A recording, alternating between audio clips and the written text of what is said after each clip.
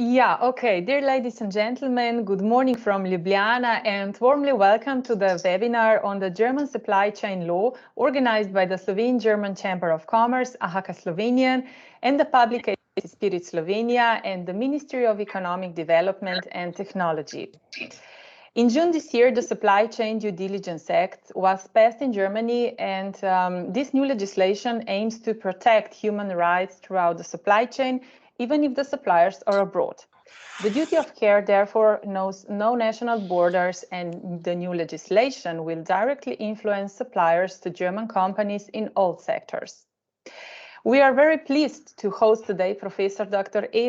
Frank Ebinger from the Nuremberg campus of technology, who will address the consequences and possible challenges to companies with trade relations with Germany, and Dr. Jonas Philipp Hermann, Head of Legal and Compliance, South Central Europe and Poland at BASF, who will later discuss the practical part of the legislation with Professor Ebinger. And you, dear participants, are most welcome to ask the questions. You can write them in the chat, or better, ask the question then live at the end of the webinar. I am also kindly informing you that this webinar will be recorded. And now, dear audience, let's start. I'm happy to invite Mrs. Katja Stadler, Managing Director at Deslo AHK poslovne storitve d.o.o, to share with us her welcoming thoughts. Dear Katja, please. And the microphone. The microphone, yeah. I'm sorry. Thank you, Tina. So I would like to say hello and welcome to everyone, also in the behalf of our president, Mrs. Gertrud Tranzen, president of the German Chamber of Commerce in Slovenia. I'm very pleased to see so many participants, actually from the whole region, I see, and that shows us how this topic important for the companies is. We decided to organize this event because of the huge number of questions we've received in the past weeks, months, and since the new regulation was announced. So companies were asking us what kind of impact will the regulations have on them, what that actually means. You know? So what are the requirements, and how will they prove the fulfillment of those requirements? Now, this is the most important. So those questions we'll try to answer our guests. So Mr. Ebinger, Mr. Professor Ebinger, more from the academical aspect, and Mr. Jonas Hermann, I think more from the practical industrial aspect. So this is our first event on this topic. There are some discussions what will be the role of AHKs or their daughter companies like Deslo is in the future about this topic, maybe about how to prove the requirements, but we will see that in the future, how it goes on. So we will inform you, of course, about that. And so I hope you'll enjoy and get many useful information. Thank you. Thank you very much, dear Katja, and I kindly welcome now Mrs. Petra Ambrožič, State Secretary in the Internationalization Promotion Department at the public agency Spirit Slovenia. Mrs. Petra Ambrožič, please. Thank you. Hello. I would like to welcome you at this event in the name of Spirit Slovenia, the Slovenian Business Development Agency, which is a single contact point for international companies looking for new business opportunities. We offer support for Slovenian companies. The business webpage is Vozno okno. We provide business information about 50 foreign countries and their business environment. We foster Slovenian exporting companies by many different programs. For example, we offer trade fairs, business delegations, educational and training programs. So feel free to sign for the e-info newsletter and you will get all the necessary information. So I am glad we are meeting at this event today together with the German Chamber of Commerce, since Germany is the priority business market for Slovenia. It offers to the Slovenian business really many opportunities. in the last 10 years of cooperation with the German Chamber of Commerce, I'm sure many successful business ties between Slovenian and German companies have been already strengthened and many new have been established. So I hope you will enjoy today's meeting. Thank you. Thank you very much, Mrs. Petra Ambrožič. And now, dear ladies and gentlemen, a warm welcome to Professor Dr. Frank Ebinger, who holds the Research Professorship for Sustainability-Oriented Innovation and Transformation Management at the Nuremberg Campus of Technology of the TH Nuremberg. He is also a board member of the Environmental Advisory Committee and a member of the working group of the National Contact Point for the OECD guidelines in the Federal Ministry for Economic and Energy. Professor Dr. Ebinger, herzlich willkommen. We are looking forward to your keynote session. Please.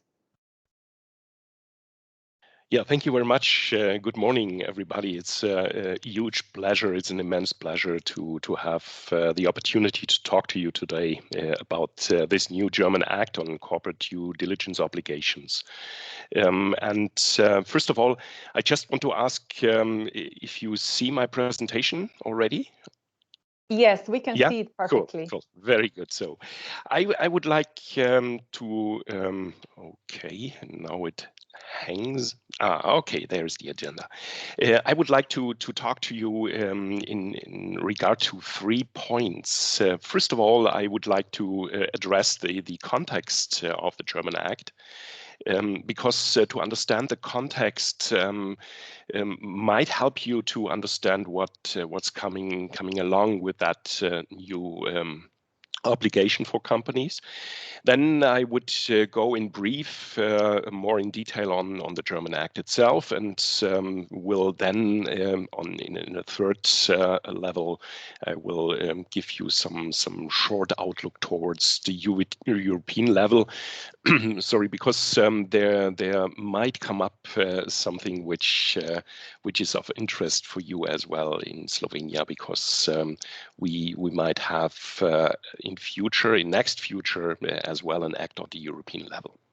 So the context of the German Act on corporate due diligence is basically rooted in a discussion about the UN guiding principles on business and human rights. So in 2011, the UNGPs were somehow released. The guiding principles on business and human rights were released based on a report of John Ruggie. And in that report, there were some obligations discussed, which are somehow addressed towards companies, and somehow as well the opportunities for companies in order to address their supply chains and their risks in supply chains in regard to human rights and environment. In 2016, the German government decided to launch a national action plan on business and human rights based on that Ruggie report from 2011. So they adopt the guiding principles and try to establish 3 pillars for the protection of human rights. First of all, the duty of the state to protect human rights. Secondly, the corporate responsibility to respect human rights. And the third one is the access to remedy. So, and the 3 pillars were underpinned by 31 action guiding principles, and you see this has already is already in 2016 a very broad cornerstone on the voluntary approaches towards companies, but also towards state activities, and in addition towards the NGO activities. And the federal government's expectation of companies in that report were mentioned in 5 core elements. So first of all, companies should declare the principles of respect for human rights in their activities. They should implement procedures for identifying actual and potential adverse impacts on human rights. They should take measures to address potential adverse impacts and report regularly on it on a voluntary basis. And they should implement complaint mechanisms. So these five elements you should take into your mind, because you will see that later on in the law itself coming then getting now a kind of obligation. This this whole discussion on corporate social responsibility and human rights and environmental issues are somehow embedded in a broad context, because you can expect that this law, which I talk about today in a nutshell, is somehow just one fingertip of that what comes along towards companies in the future, because you know, when you come from the business perspective, there are a lot of already existing voluntary standards and codes of conduct, like GRI, the ASA 8000, UN Global Compact, and alike. So there are roughly around 4,000 voluntary standards, international regulations, so-called, which are in the world already, and specifically on certain sectors addressed, or somehow addressing overall the companies itself.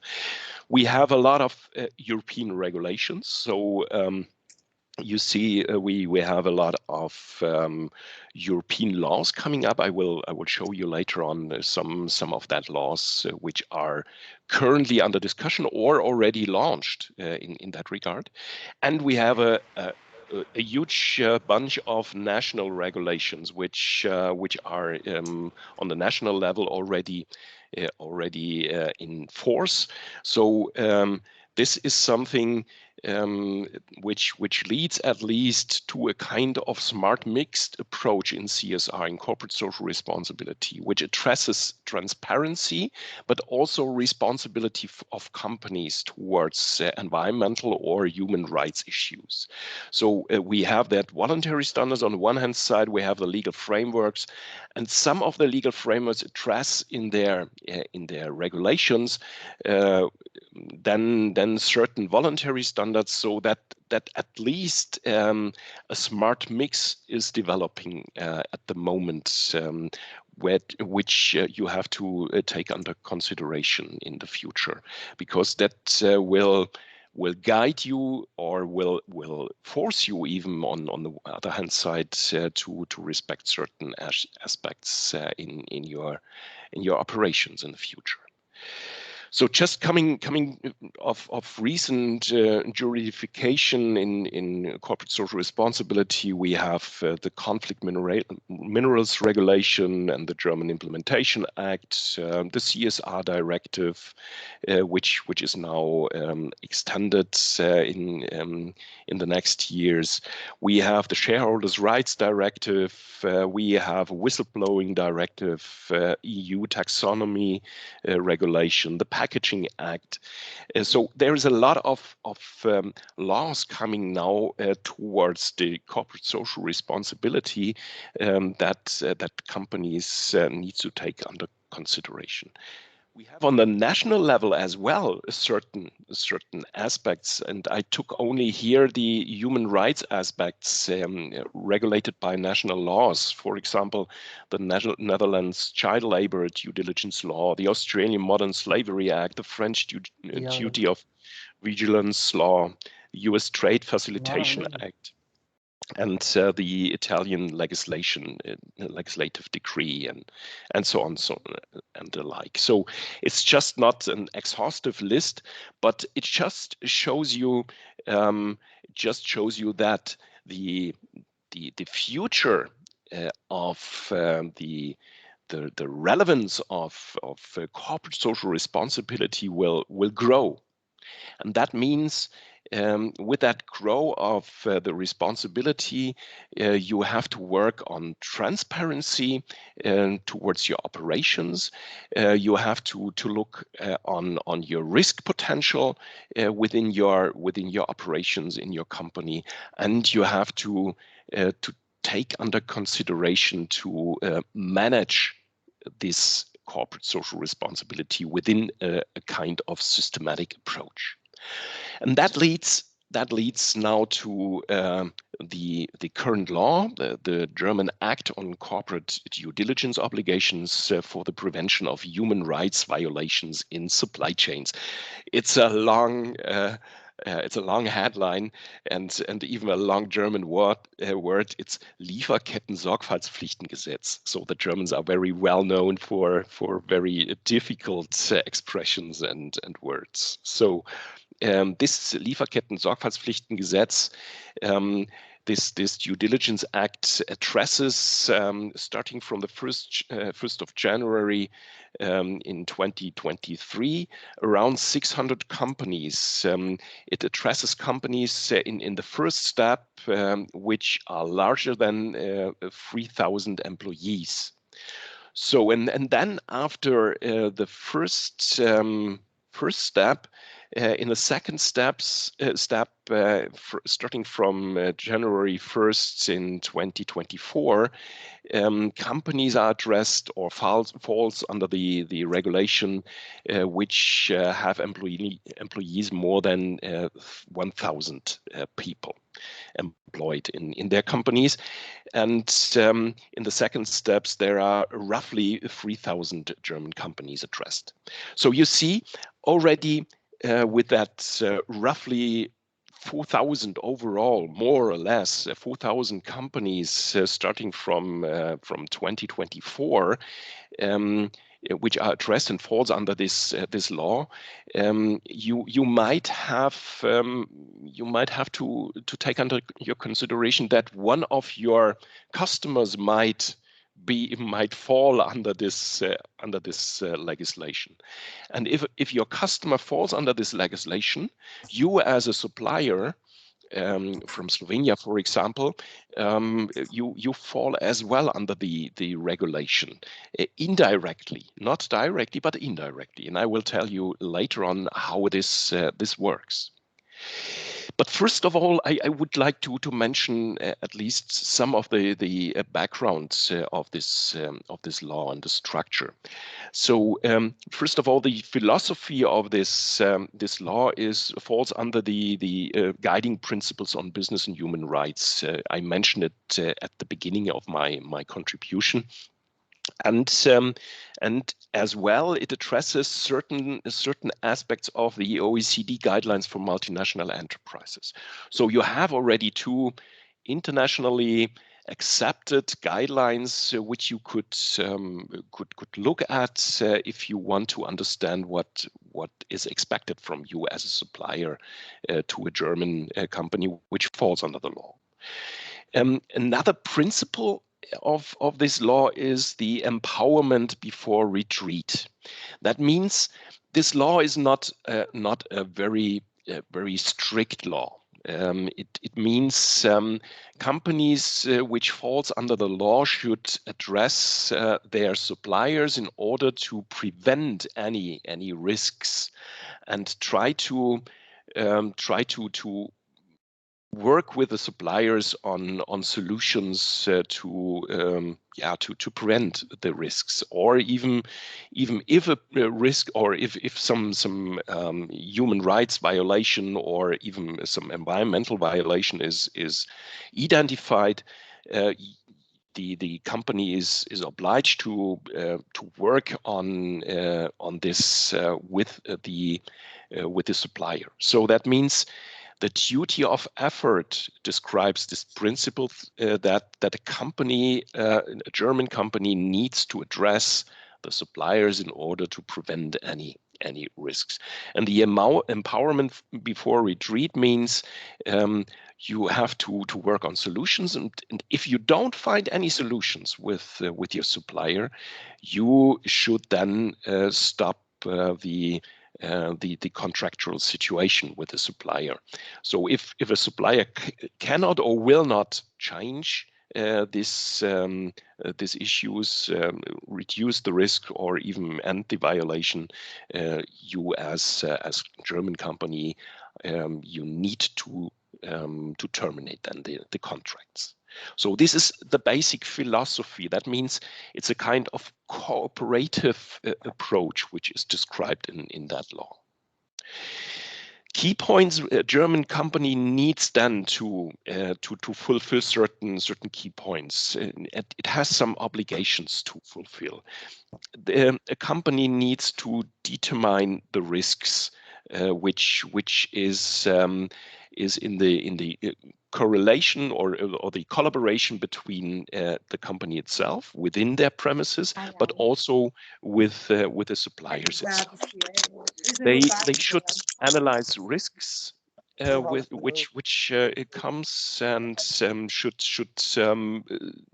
prioritize at least these risks. There are some. Sorry, there are some microphones open. It's a bit disturbing. Okay, so in addition, they should take appropriate preemptive and remedial measures. So that's what I have described even before. If termination of relation is not possible or involves disproportionate effort, it should be it should address the minimization of the violation. So if a company is really dependent on a certain single source in a market where only a few companies supplies, and these companies are somehow not changeable. That might we might discuss that later on with Mr. Herman about that issue. Then a company, then a German company should try to minimize at least the violation and try to work with the supplier on the issues. So if there is not a termination of a relation possible, because the business will then collapse, then a company needs to find a solution, should try to find somehow an appropriate way in order to address these violations. So in addition, a company needs to review every year the effectiveness of its measures, should establish a compliance mechanism, and report transparently and publicity the efforts. In the law, there is one responsible office mentioned, the Federal Office of Economics and Export Control, which needs to monitor the compliance with the due diligence obligations. So all companies, all that roughly 4,000 companies, need to send a report to the Federal Office of Economics and Export Control, and this office is then in need to check whether the obligations are fulfilled or not. Serious violations of the law should mean that the company can exclude it from public contracts. That means if a company doesn't fulfill the regulatory reporting structure, or even it doesn't fulfill the expectations regarding the described needs in the law, it could be excluded from awarding public contracts, and that means there is a huge market which then is not any longer accessible to certain companies. That's really a high risk for certain companies not to take part any longer in public contract issues.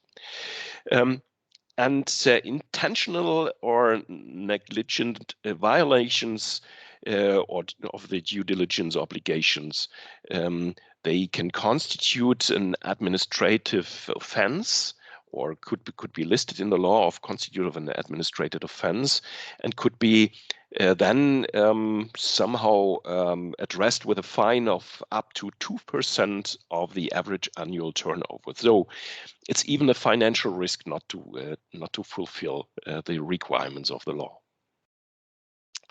So I hope the next slide will go then. Yeah.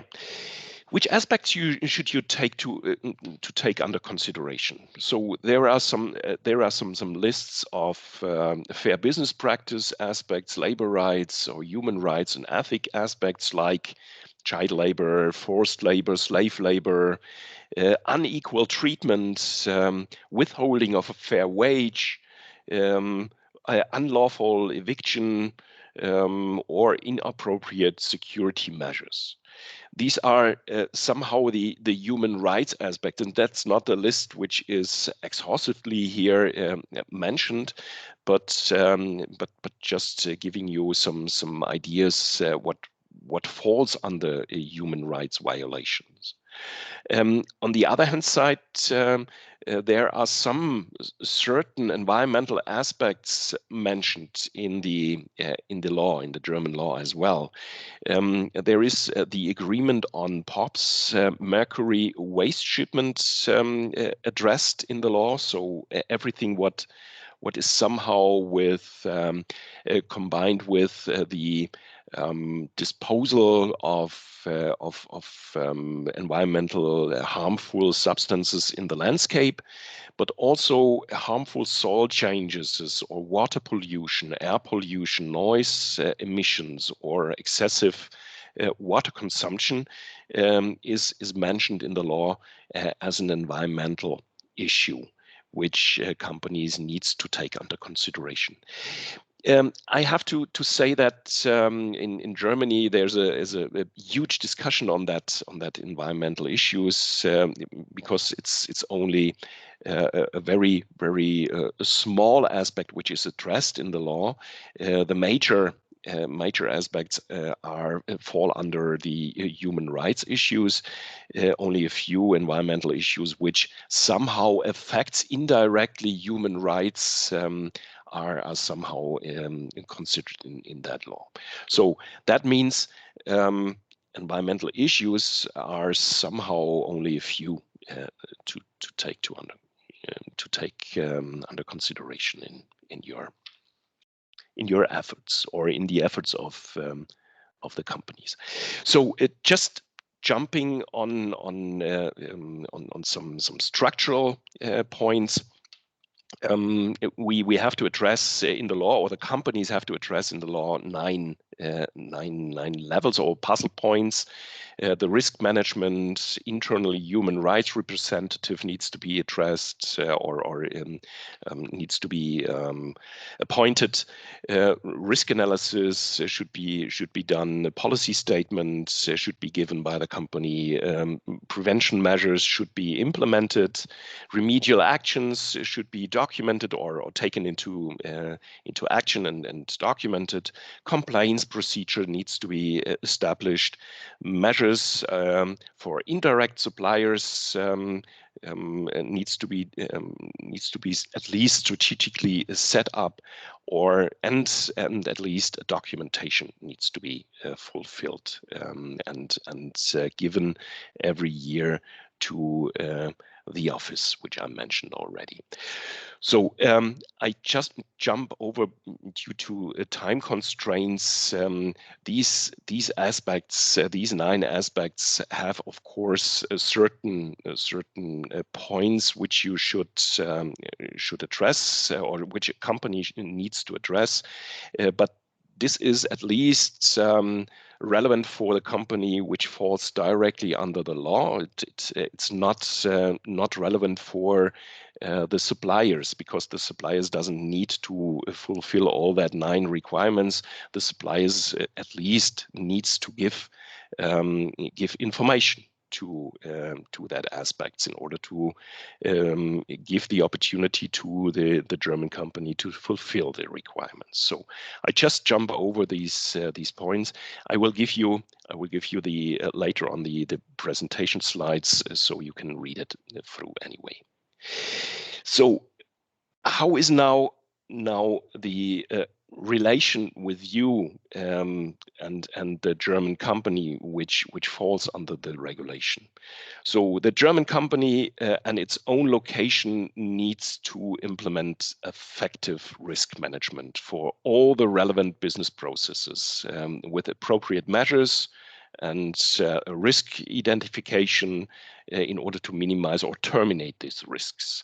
And in addition, it needs a human rights officer to be appointed. Then the own business units and domestic and abroad needs as well to take a risk analysis with an appropriate weighting and prioritization. Plus, it needs a prevention by a policy statement, procurement control measures, and it needs remedial action for mandatory termination domestically or regular termination abroad. So that means if a German company has some business units domestically or abroad, that means a German company which has some branches in Slovenia or some other countries, it needs as well the second level. So it needs a risk analysis for that business unit as well. Then on the third level, and that might affect you, a direct supplier which can supplies worldwide. So it's not needed to stay in European Union or somewhere. It's internationally addressed. It needs a risk analysis for its own business unit. So you as a supplier need a risk analysis towards human rights issues and the environmental issues, which I mentioned already. But it should you should also try to get certification and get transparency to a certain level or degree on that in order to show your customer that you have prevention mechanisms implemented, because your customer will then check this prevention mechanisms either through an audit, through a supplier audit, or it will implement it into a contractual agreement. That means you and your customer has to agree on it on terms and conditions within your contractual agreement. So that means at least you give the certainty to your customer that you will take all the risks under consideration and try to prevent it. So when if there is anything occurring or anything goes wrong in your company, your customer will at least try to overcome it with you together, or will terminate the contract because you will not you are not fulfilling the contract, and that might have some impact on your business relation as well with your customer. That means the German company which falls under the law and the direct supplier, which could even be worldwide, are somehow now under surveillance, so to say, and you and your customer, you as a supplier and your customer, you need to work on overcoming these issues. But if you are not a direct supplier to a German company, you might be an indirect supplier. That means you are on the level of tier 2 or tier 3. That means you are not directly fall under the consideration of the law, but indirectly. And if there is something coming up by a certain report of an NGO or a press release or a press report or some issue occurs, and it reaches the German company. The company is obliged to take under consideration this risk and look more in depth into the supply chain. That means even indirect suppliers, which not respect the obligations of the human rights, might then be affected by that law. That means a German company needs then to address even then indirect suppliers if some violations occurs or any risks occurs. So that means the consequences for suppliers, of course, at first the German company itself needs to implement everything, have to do a risk analysis, have to take preventive measures, must initiate corrective measures, have to report it, and is controlled by the office. The direct supplier means, so maybe you as a direct supplier, the company will get the duties passed on to you. You have as well to give a report about your own risk analysis. You might have to participate in prevention measures. You might participate in remedial action. You must supply information regarding that issues, and you maybe or mostly are controlled by your customer.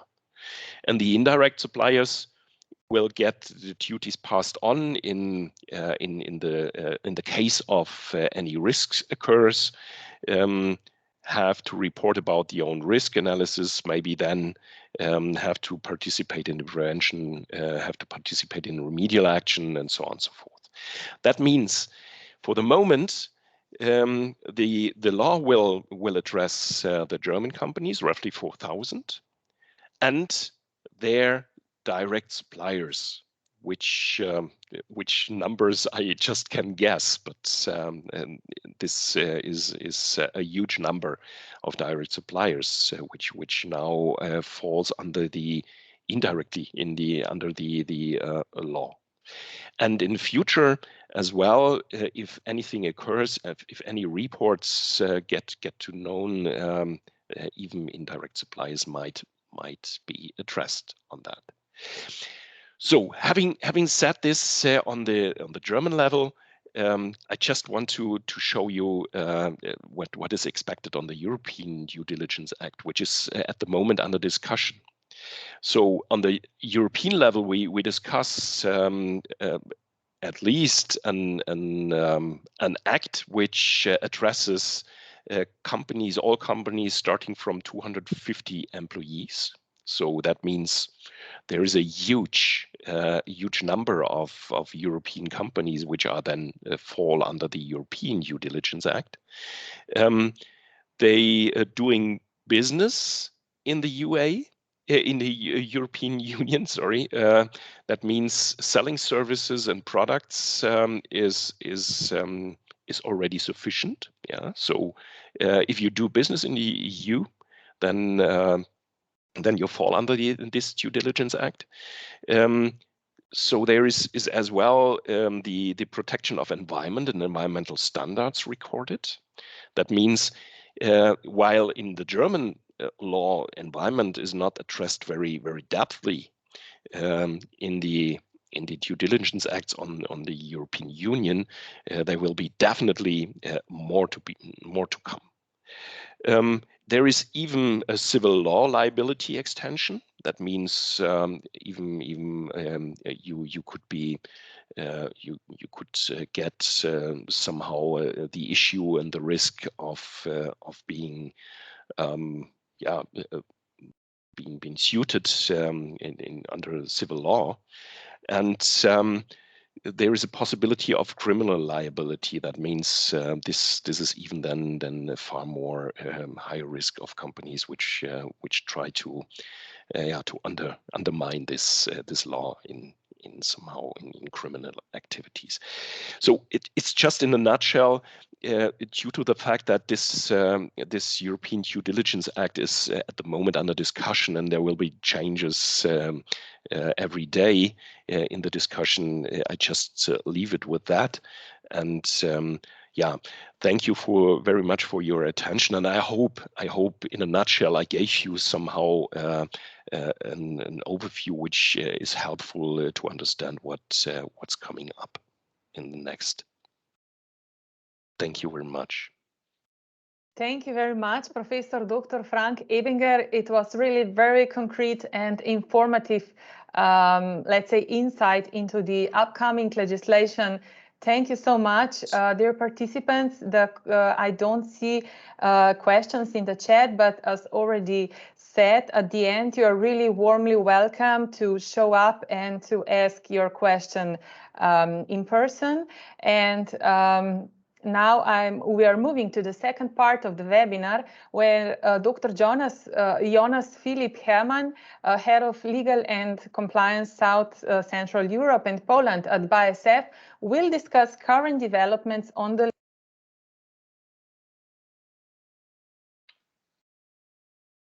Sorry, your microphone is muted. Could you, Ms. Drolj? Sorry. Sorry, I apologize. So I apologize. Thank you very much again, Professor Dr. Ebinger, for this really concrete and informative insight into the upcoming legislation. As I don't see questions already in the chat, dear ladies and gentlemen, you are really welcome to ask them in person at the end of this webinar. And now we are moving to the second part of the webinar, where Dr. Jonas Philip Herman, Head of Legal and Compliance South Central Europe and Poland at BASF, will discuss current developments on the legislation. So, dear gentlemen, please. Thank you very much, Mr. Drolj.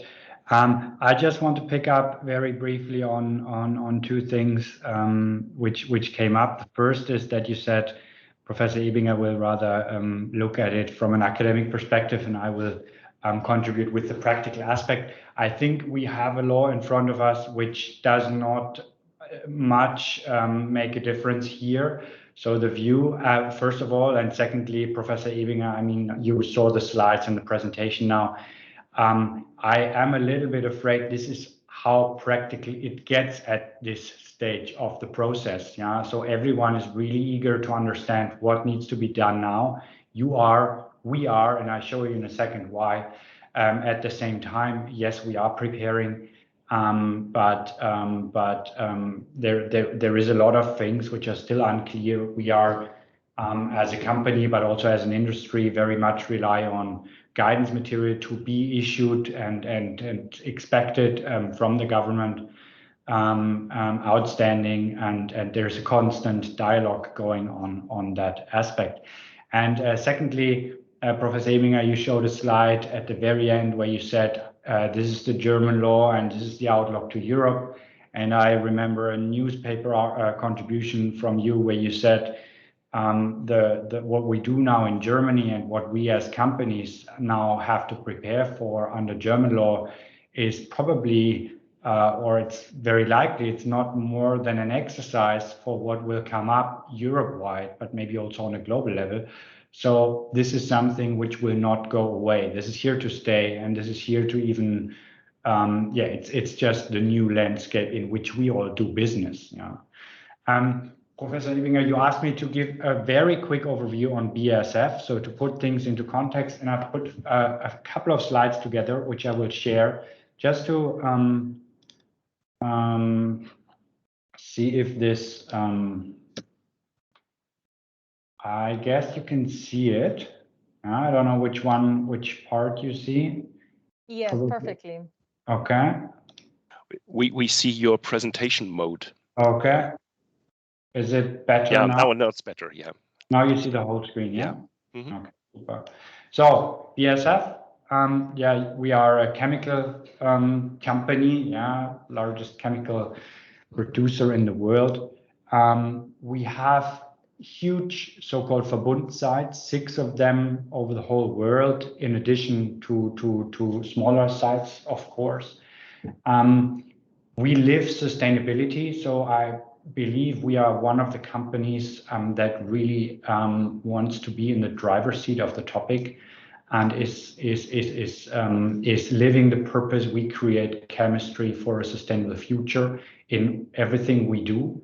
So also when it comes to this supply chain due diligence, we have already done a lot as a company. I think we were a company that was very largely in compliance with this national action plan. But now with the new law, we still have a lot to do. So it's not like Professor Ebinger showed the national action plan, which was kind of a voluntary obligation for the companies to comply with. We complied, but now the law comes in. It's still a lot of things to do. And you can see why, yeah? So we have more than 100,000 employees, which means we are way above the number from which this law applies. We have more than 70,000 tier 1 suppliers, yeah, and we have around 90,000 customers, yeah. So we are in the middle, yeah. We not only are responsible for our supply chain, but we will also be asked by a large number of customers for the same things we ask our direct suppliers for, yeah. So this is kind of in the middle, and this is an interesting position. Because it also requires us not to just go and ask unreasonable things from our customers, yeah, from our suppliers, because yeah, we are in the position where we have to really understand what is appropriate and what is also appropriate in the meaning of the law. Yeah? These are the business segments we work in, so chemicals, materials, industrial solutions, surface technologies, nutrition, care, and agricultural solutions. So it's very, very broad. Yeah, just a glance on South Central Europe.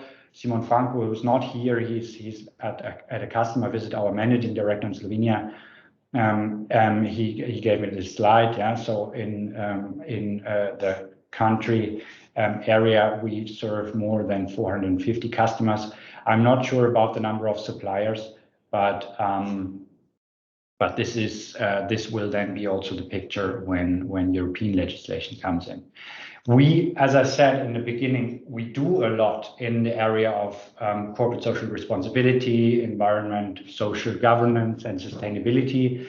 There's a lot of information available on the BASF website. And I just want to mention one item, and this is probably something which all of you, as if you are where you are suppliers to, and this doesn't need to be German companies, can be any company, you're already acquainted with, and that's the supplier code of conduct. Yeah.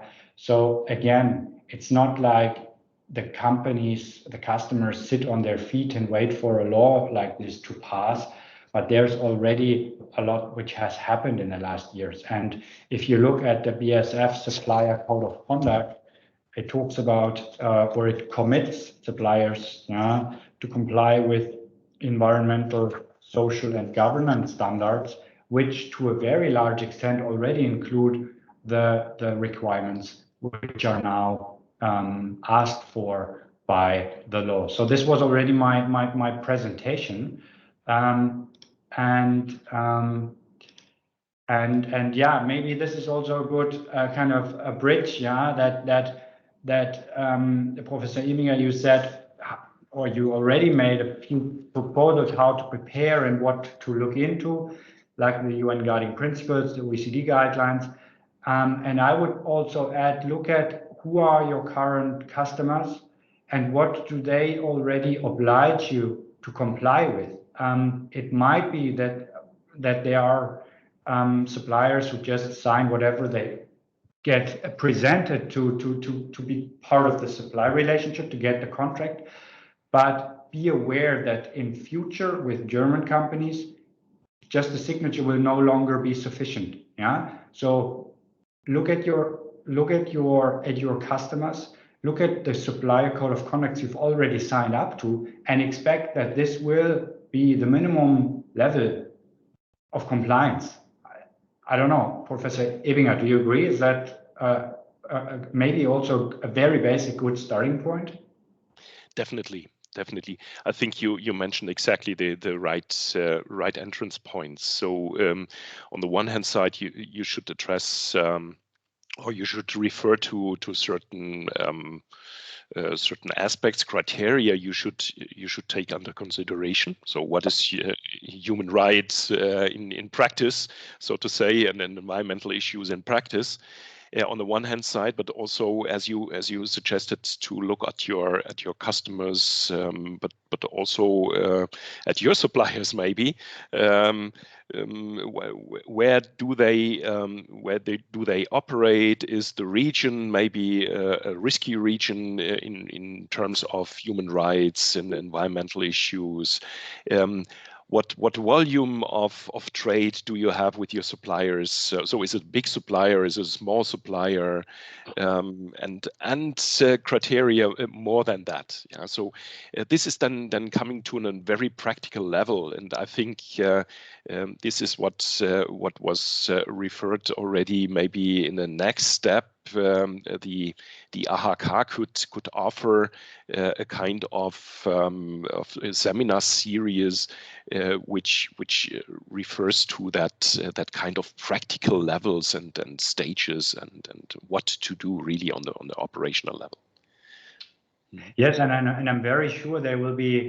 I mean, to some extent, if you look at the sheer numbers which I just presented, yeah, if you have 70,000 tier 1 suppliers, yeah, I mean, and there's other companies which might have even more, yeah, or which might have be more from a risk area. This is just a huge administrative exercise. So we have to come up with a practical idea of how to handle this. Yeah? And digitalization will probably play a big role. Yeah? Systematic approach with questionnaires which automatically score customers, score risk areas.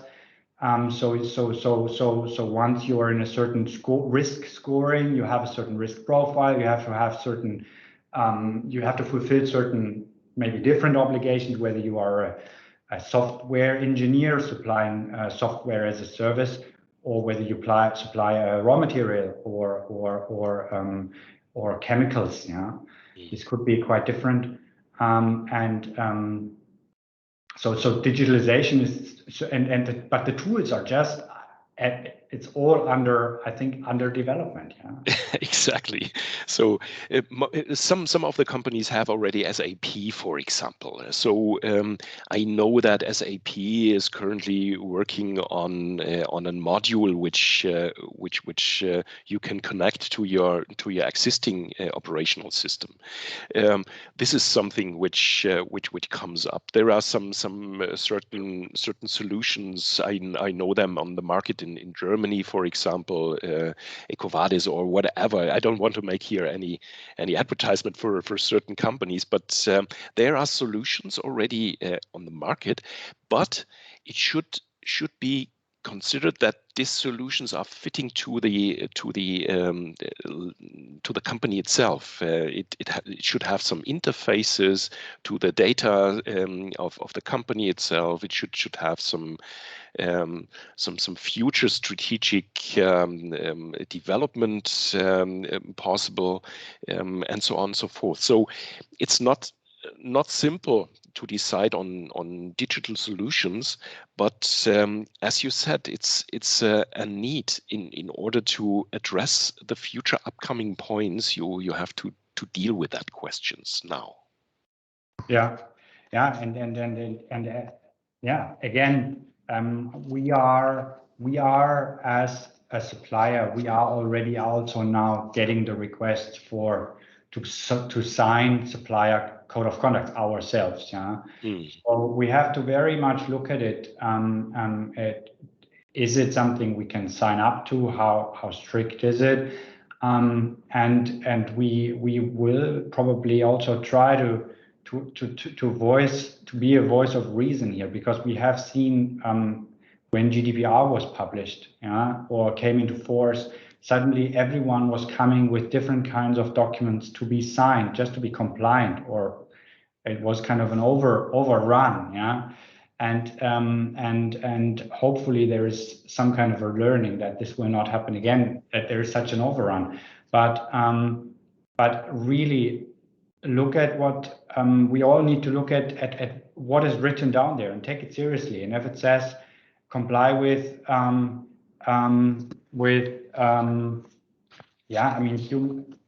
freedom of association, treat employees with respect, the basics, maybe consider to also, if it's a small size to mid-sized company, consider to come up with a statement, which is in line with your company values and promotes this topic, and there's a lot of material around it, how to do this, and then what you state there, you also it needs to be true.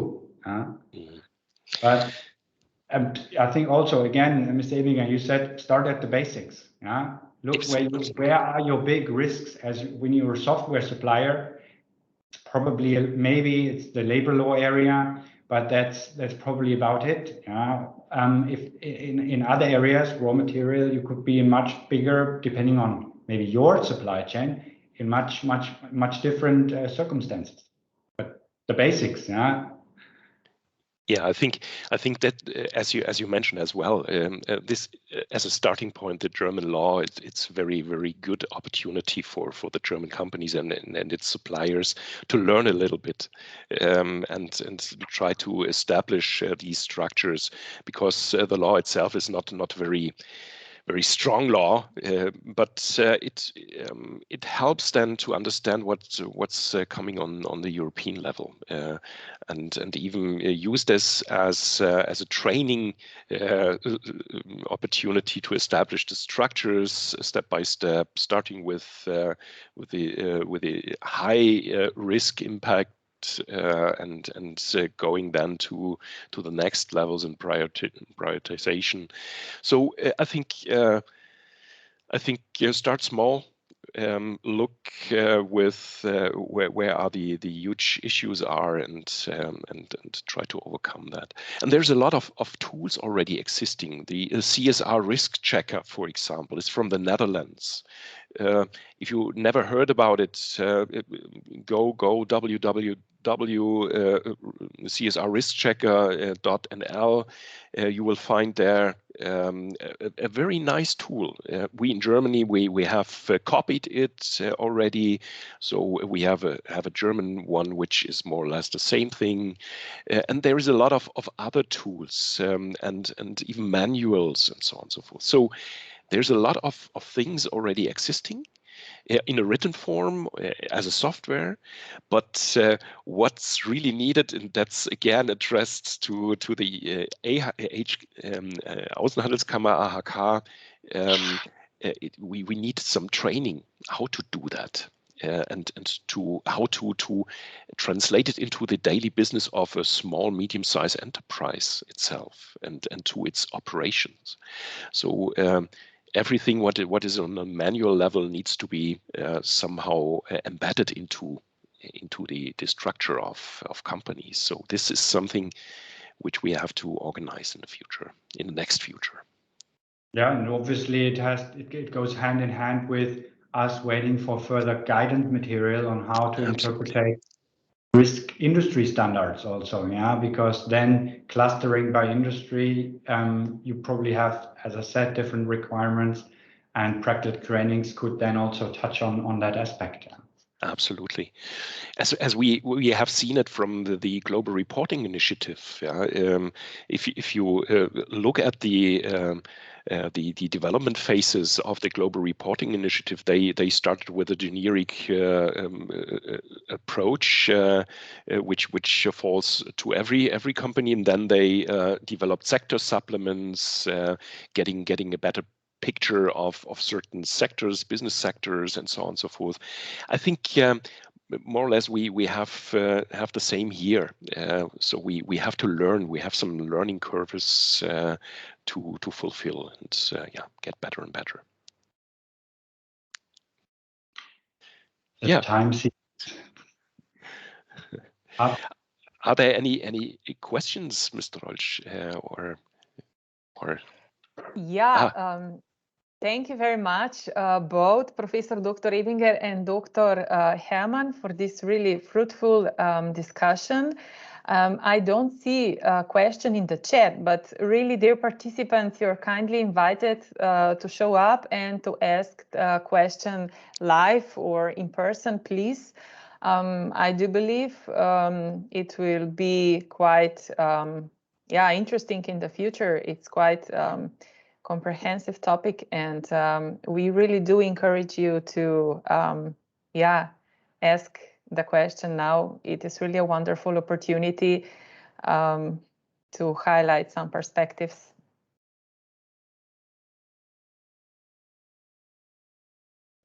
And next time we should make it physically as a meeting, because then everybody has a little less threshold to take up the word. I couldn't agree more. I'm happy to come and maybe we are again one step further in what is in practical terms coming our way. Yeah? Absolutely.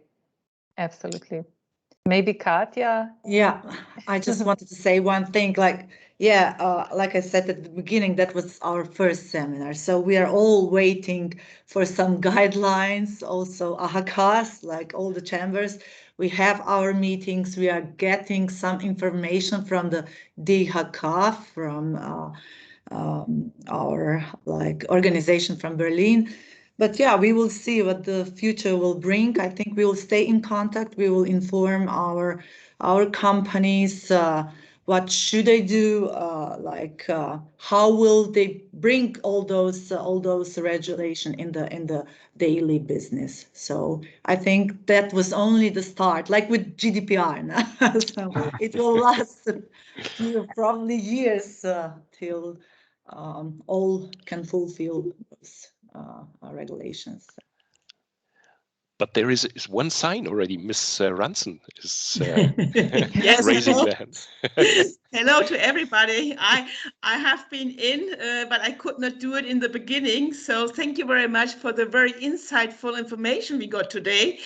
And I would like to say, it was now the first let's say the first step into, let's say, going into a deeper information for our members and also for our clients. Yeah. So we are very much aware about this topic, but we are also aware that it might be at the moment not so urgent for our companies here, because it is more for the if they are supplier for bigger companies. Yeah. So, and I'm also pretty sure that we have a lot of companies who have already got their information from their buyers. Yeah. So, of course, as a German-Slovene Chamber of Commerce, we always work in bilateral, and so we are in our network, and we will for sure also together with other chambers here in the region to see what we can do together to inform, not only to inform, but to help the companies to do the right thing. Yeah, and this is the most important, but I would like to say, and so we will have a meeting and to see what the companies need from us. And this is especially, let's say, for the smaller companies. The bigger companies, they have their own infrastructure and they can do it properly on their own. But for the small and medium-sized companies, where we are focusing on today, they will need our support. This is for sure. So thank you very much also for your contribution. Yeah, it was really, really insight from both sides. Thank you very much to our President Ranson. Dear ladies and gentlemen, please ask now, maybe, or comment, or we welcome you.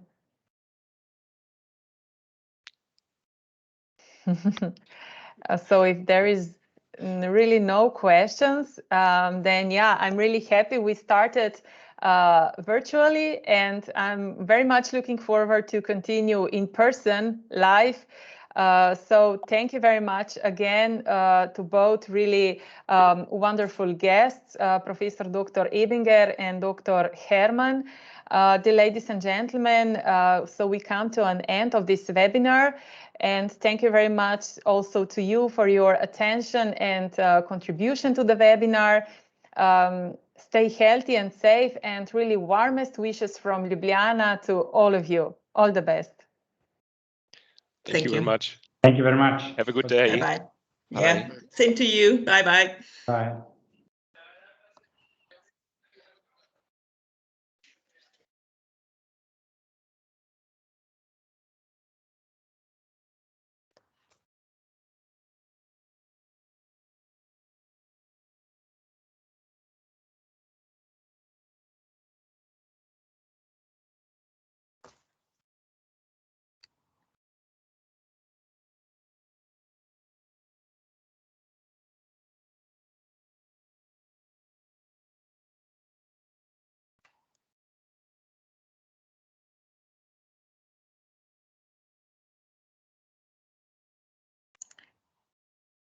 Frau Stadler, wollen wir noch eine ganz kurze